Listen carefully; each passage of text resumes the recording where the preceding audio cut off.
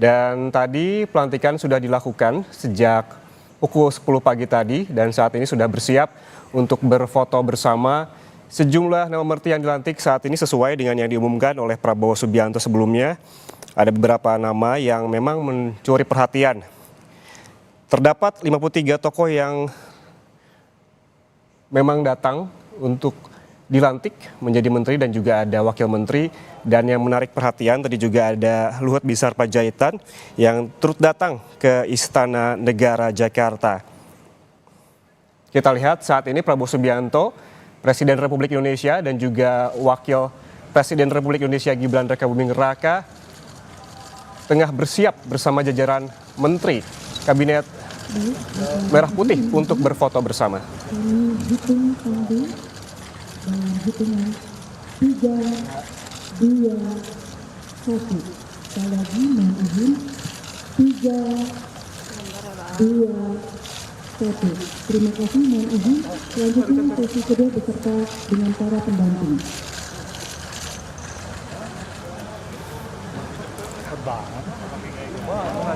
Udah, fotonya.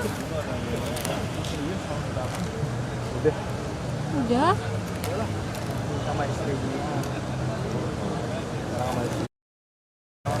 Istri presiden siapa ya?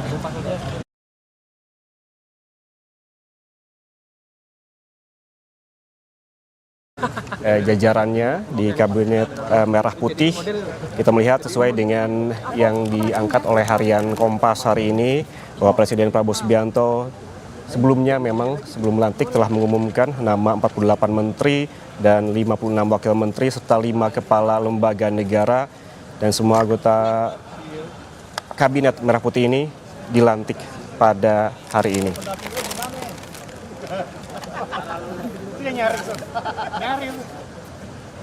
Di studio Kompas TV saat ini masih bersama dengan pengamat politik dari Universitas Al-Azhar, Ujang Komarudin, yang sedari pagi memang sudah memantau jalannya pelantikan ya Kang Ujang ya.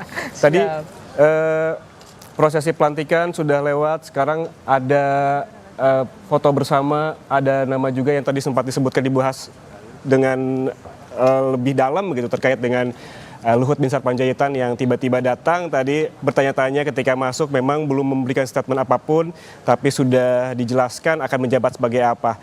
Tanggapan Kang Ujang terkait dengan hal ini, karena memang sebelumnya tidak menyangka karena tidak sempat disebutkan, tidak ada dalam pembekalan, tiba-tiba namanya muncul dan dia datang pada saat pelantikan hari ini. Seperti apa Kang Ujang? Ya, saya melihat kalau dilihat dari pengalaman beliau yang sudah banyak gitu, maka ya soal pembekalan itu ya bagi beliau sudah lewat lah, kira-kira begitu.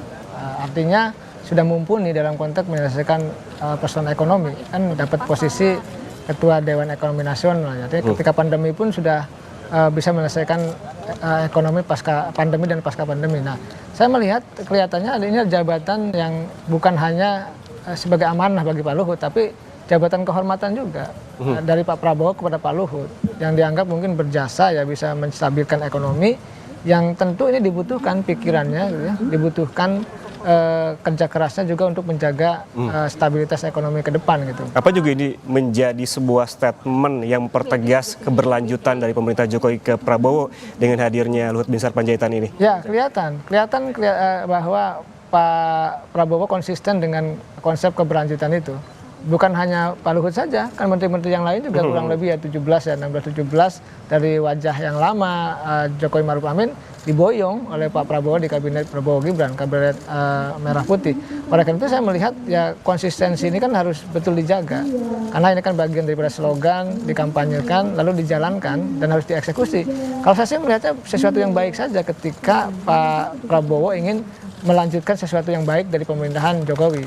Tetapi juga jangan lupa tentu harus mengevaluasi gitu ya sesuatu yang kurang, yang minus dari pemerintahan Pak Jokowi. Nah, setiap pemerintahan tentu ada dinamikanya, ada plus minusnya.